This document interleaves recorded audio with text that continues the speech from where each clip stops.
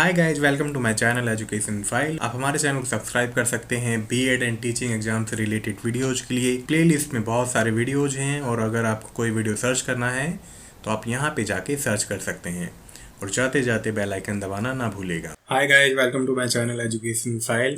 तो आज हम पढ़ेंगे education philosophy of Maulana Abul Kalam Azad ji के बारे में कि शिक्षा के बारे में उनका दर्शन क्या था या उनकी ओवरऑल फिलॉसफी क्या थी, वो कैसे शिक्षा को देखते थे या शिक्षा के उद्देश्य क्या होनी चाहिए, ठीक है, क्या एम्स होनी चाहिए या कैसा करिकुलम होना चाहिए या ओवरऑल एजुकेशन सिस्टम कैसा होना चाहिए। ठीक है, तो काफ़ी क्वेरी आ रही थी इस पे, तो जल्दी से देखते हैं मौलाना आज़ाद जी के बारे में। तो ये टॉपिक बेसिकली तो आई थिंक एमएड में ज़्यादा है और बीएड में किसी न किसी के तो यूनिवर्सिटी में है ही ये टॉपिक। ठीक है, तो जिसके भी ये टॉपिक है आप ये वीडियो देख सकते हो। ठीक है, तो जल्दी से पढ़ते हैं मौलाना अबुल कलाम आज़ाद जी के बारे में। अगर आपने चैनल को सब्सक्राइब नहीं किया है तो आप कर सकते हो। चलो, तो इनका पूरा नाम क्या था? इनका फुल नेम था अबुल कलाम गुलाम मुइनुद्दीन अहमद बिन खैरुद्दीन अल हुसैनी आज़ाद। इनका जन्म हुआ था मक्का में 11 नवंबर 1888 को। ठीक है, और इनकी मृत्यु हुई थी 22 फरवरी 1958 को। ठीक है, ये एक बहुत ही ज़्यादा या बहुत ही निपुण एमिनेंट पर्सनैलिटी थी, एजुकेशनिस्ट थे, एक इंडिपेंडेंस एक्टिविस्ट थे, मतलब जिसने आज़ादी में अपना योगदान दिया। एक राइटर थे, उर्दू राइटर थे और इस्लामिक लिटरेचर में बहुत ही ज़्यादा इनको ज्ञान था, बहुत ही ज़्यादा नॉलेज थी। एक पॉलिटिशियन थे, एक पोएट भी थे, कवि भी थे और इनको काफ़ी लैंग्वेजेस आती थी, बहुत सारी भाषा आती थी इनको। और एक दार्शनिक थे या फिलोसफर थे और सीनियर लीडर थे इंडियन नेशनल कांग्रेस के। ओके, और ये हमारे पहले एजुकेशन मिनिस्टर भी थे। तो अगर आपके एग्जाम एमसीक्यूज बेस पे होने वाले हैं तो ये छोटी छोटी चीज़ें याद करते जाना। ठीक है, तो अगर पूछा जाए आपसे कि पहले शिक्षा मंत्री कौन थे तो वो थे मौलाना अबुल कलाम आज़ाद जी। और ये अब्दुल नहीं है, अबुल ही इसको लिखना, कई बार जल्दी जल्दी में आपको छोड़ ना दिखो। हम इन्हें किस नाम से जानते हैं? हम इन्हें जानते हैं मौलाना आज़ाद के नाम से, क्योंकि मौलाना का मतलब क्या होता है? आवर मास्टर, और आज़ाद ये खुद लिखते थे as a free, pen name था इनका। चलो, हम अपना नेशनल एजुकेशन डे कब मनाते हैं? इनके बर्थ डेट पे बनाते हैं, जो कि है 11 नवंबर 1888। तो 11 नवंबर को हम मनाते हैं अपना राष्ट्रीय शिक्षा दिवस या नेशनल एजुकेशन डे। और इनको भारत रत्न भी मिला हुआ है। कब मिला था ये?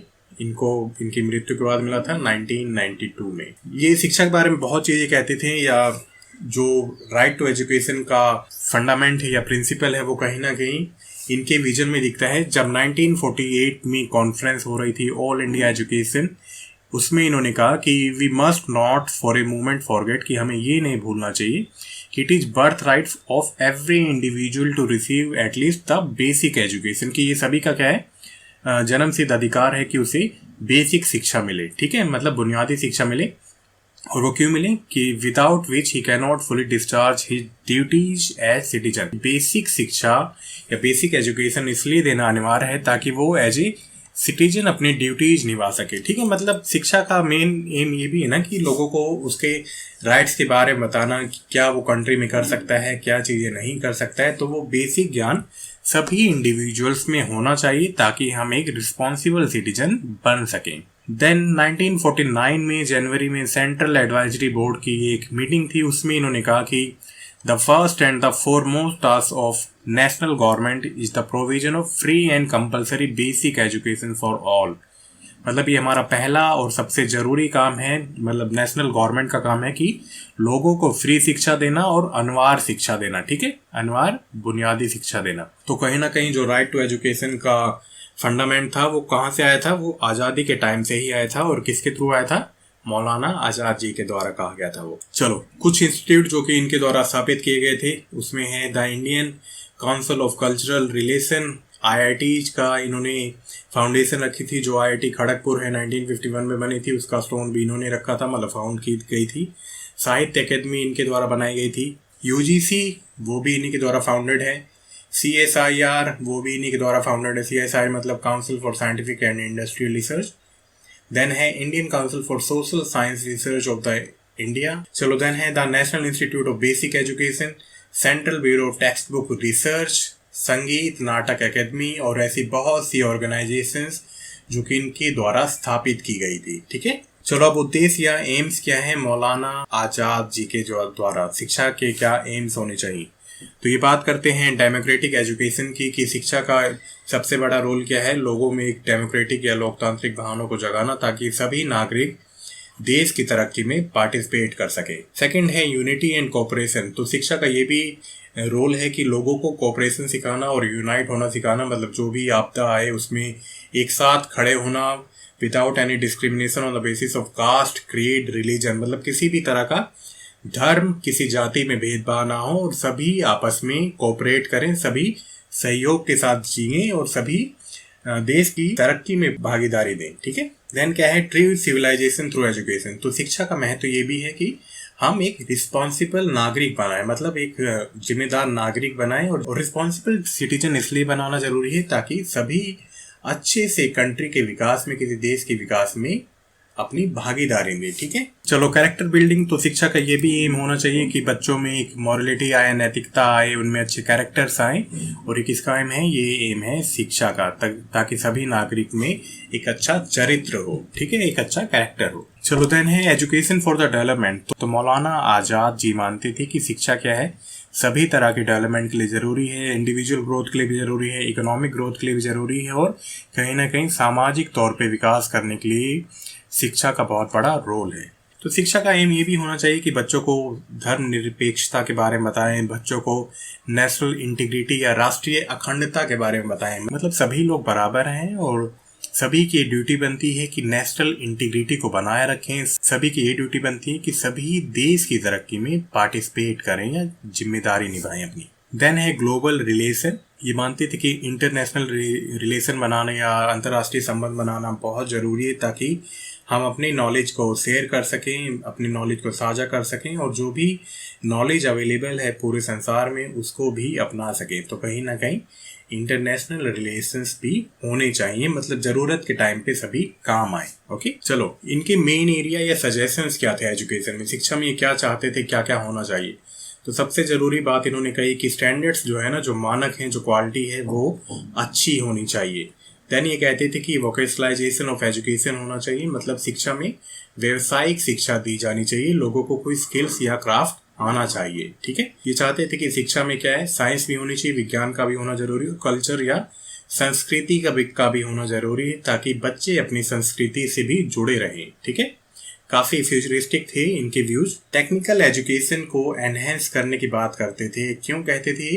क्योंकि आज़ादी के टाइम पे क्या हो रहा था, इकोनॉमिकल डेवलपमेंट हो रही थी सभी जगह। तो ये चाहते थे कि हमारा देश भी तरक्की करे और कहीं ना कहीं तरक्की किस पे डिपेंड थी, टेक्नोलॉजिकल एडवांसमेंट पे। ठीक है। जितनी ज़्यादा शिक्षा में टेक्निक्स आएंगी उतने ज़्यादा बच्चे उसको अच्छे से यूज कर पाएंगे और वो देश की तरक्की के लिए बहुत ही ज़्यादा हेल्पफुल होगा। चलो, नेक्स्ट पॉइंट है वीमेन एजुकेशन। तो वीमेन एजुकेशन या महिलाओं की शिक्षा के लिए बात करते थे।